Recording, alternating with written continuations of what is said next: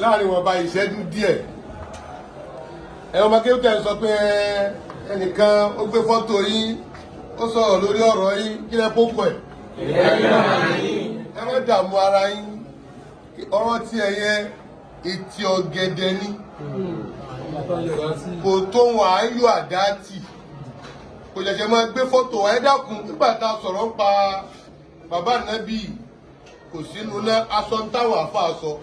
wọn náà jáde kó ṣàlàyé èwo làbúrò gbé fọ́tò mi sílẹ̀ ó fẹ́ tajà tọ̀ ebi dá ti mọ̀ yín pé ìṣesí tiẹ̀ yẹn kò fẹ́ yàtọ̀ sí a gbọ́dọ̀ pè yẹn ní mọ́tàbá tiẹ̀ pé àmọ́ ọ̀dà ẹjẹ́ ń túmọ̀ kí ní Yelma'E fún yín ọba ní Yelma'E kí mo pè é Yelma'E nígbà fi ní kàrọ̀ rẹ̀ kú nìyẹn o lọ́lẹ̀ wa ọba ń bẹ̀ nínú túmọ̀ tí Yelma'e túmọ̀ alikazabu kí mo pè é alikazabu ẹni tó yá sí pé bàbá ńlá òpùrọ́ ni bàbá ńlá kí ni o òpùrọ́ tẹ̀síbí alẹ́kùn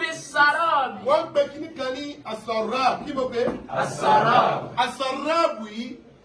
Yorùbá ń pè ní à ń pè ná olóyìnbó ń pè ní kí ni mirage nígbà tẹ́ ẹ bá ń lọ lẹ́sprẹ́sì tó rùn bá mú ẹ máa wá wo ọkàn bíi pé omi ń bẹ lọ́ọ̀kan tẹ́ ẹ bá débẹ̀ ẹ rí i pé kì í ṣomi tí bá ń sọ ọ̀rọ̀ ẹbí ẹbí ọ̀rọ̀ rẹ̀ yẹn yóò máa sọ ẹ wàá rò pé ibi ń sọ yẹn ọ̀rọ̀ ni tẹ́ ẹ bá padà dé dídòdì ẹ rí i pé gbogbo tó ń sọ yẹn kọ́ kò sọ̀rọ̀ bẹ́ẹ̀ irọ́ kí ni o irọ́ lásán ó tún ní Yelma'e alẹ́bí yakhlitu sidqa bil kadhib. sotiri lárúbáwá ní tún Yelma'e fún wa wo Yelma'e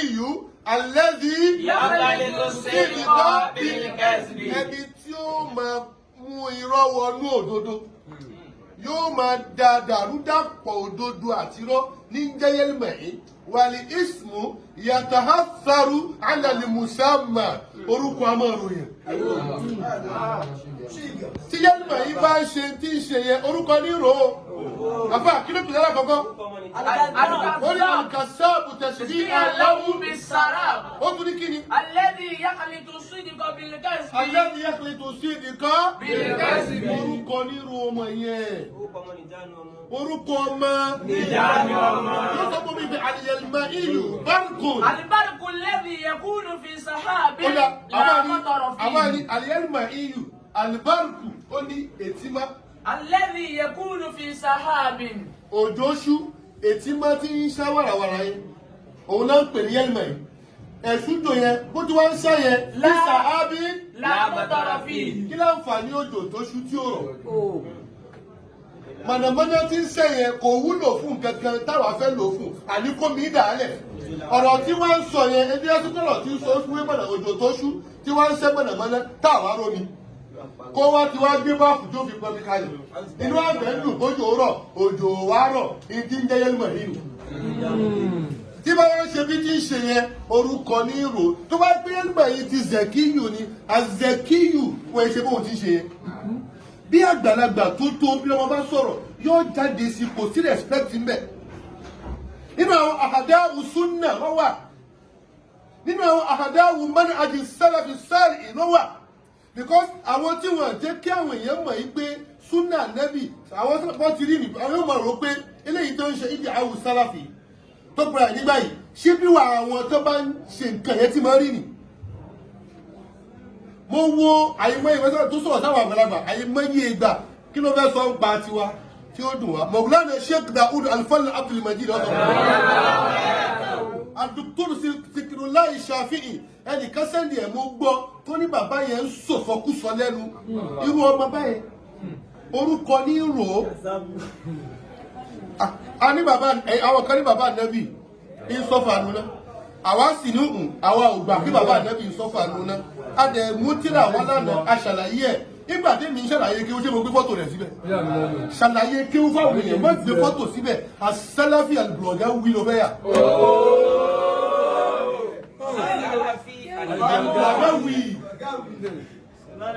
ó blọ́ọ̀gì ni ẹ̀ náà àwọn akọ́nà àkọ́kọ́ lọ́wọ́ àwọn èèyàn àìmọye tíra ni àwọn èèyàn fi ṣe fìdí fáwọn fún bàbá Ànábì pé kò sínú kíní lọ́wọ́ tíra kan tí wọ́n ń pè ní Minhajul Wafa tí kíní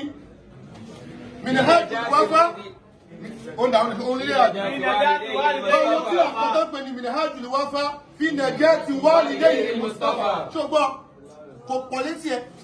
Minhajul Wafa fi najati walidayhi Mustafa lọ́wọ́ diyawul qamarayn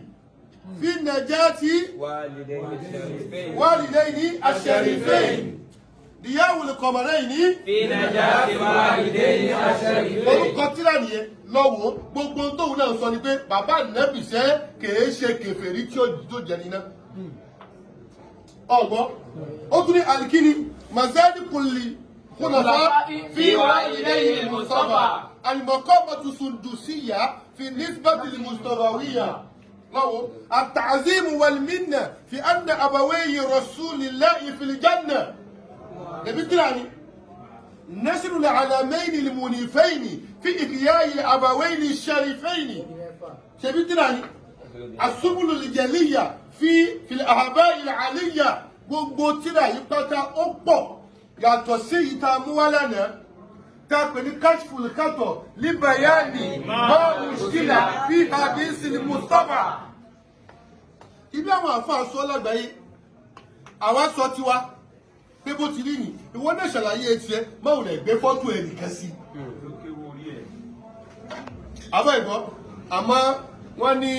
bẹ́ẹ̀ bá gúnyán fún kò fẹ́ ò ní fẹ́ náà ni o bẹ́ẹ̀ bá sì roka fún kò gbà ò ní gbà náà ni ìwọ nìyẹn tẹwọ́n ní bàbá Ànábì inú náà ló wà problem tí nìyẹn àrí àwọn àfà tí wọ́n jáde tí wọ́n kọ tírà lórí ẹ̀ wọ́n náà ṣàlàyé kò dẹ̀ mú jà tiẹ̀ wá ó làbúrò gbé fọ́tò mi sí àbá kó tírà jáde kí wọ́n náà ṣàlàyé tiẹ̀ kò lè sọ̀rọ̀ yẹn láyé kó má gbé fọ́tò.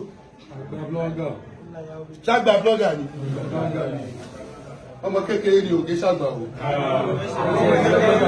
so bí mo yẹ túbọ̀ ẹ mọ̀ èmi kódà wallahi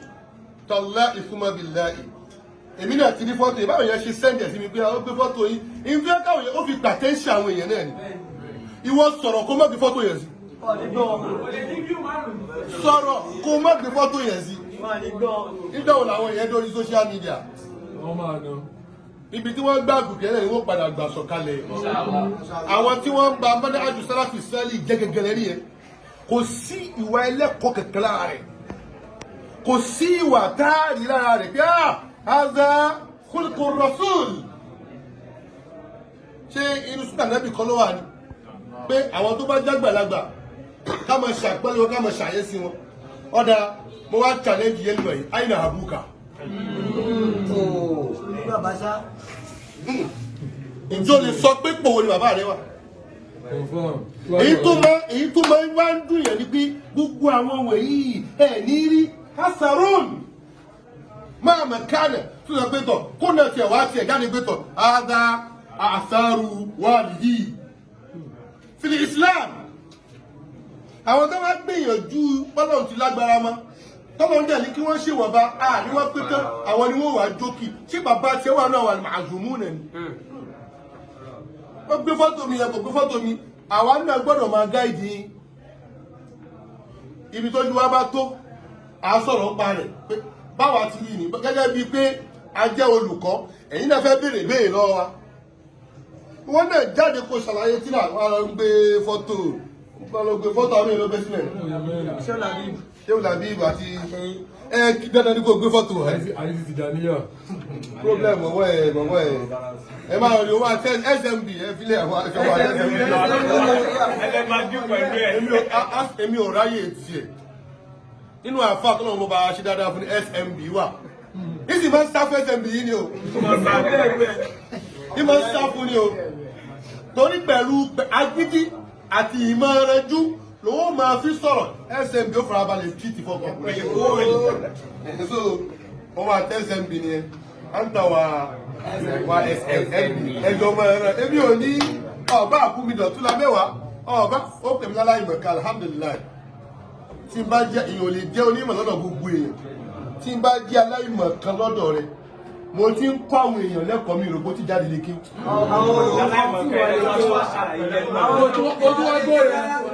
inú ìtumọ̀ tó yẹ ṣíṣe kó o máa mọ̀ ìtumọ̀ Yelma'E ló tó wá gan.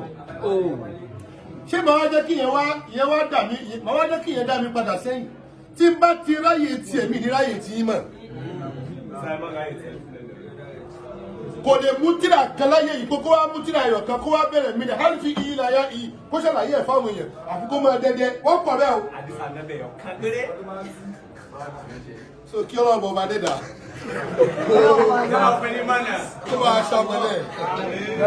ẹ dákun ẹ bá mi níbi tá a yà lọ ẹ̀yin lẹ béèrè ẹ̀yin lẹ sọ pé ẹnìkan ṣe kíní kan o. Let us now back to Islam. Ẹ dákun àti bí tá a ti mọ̀ dàrí ẹ fi.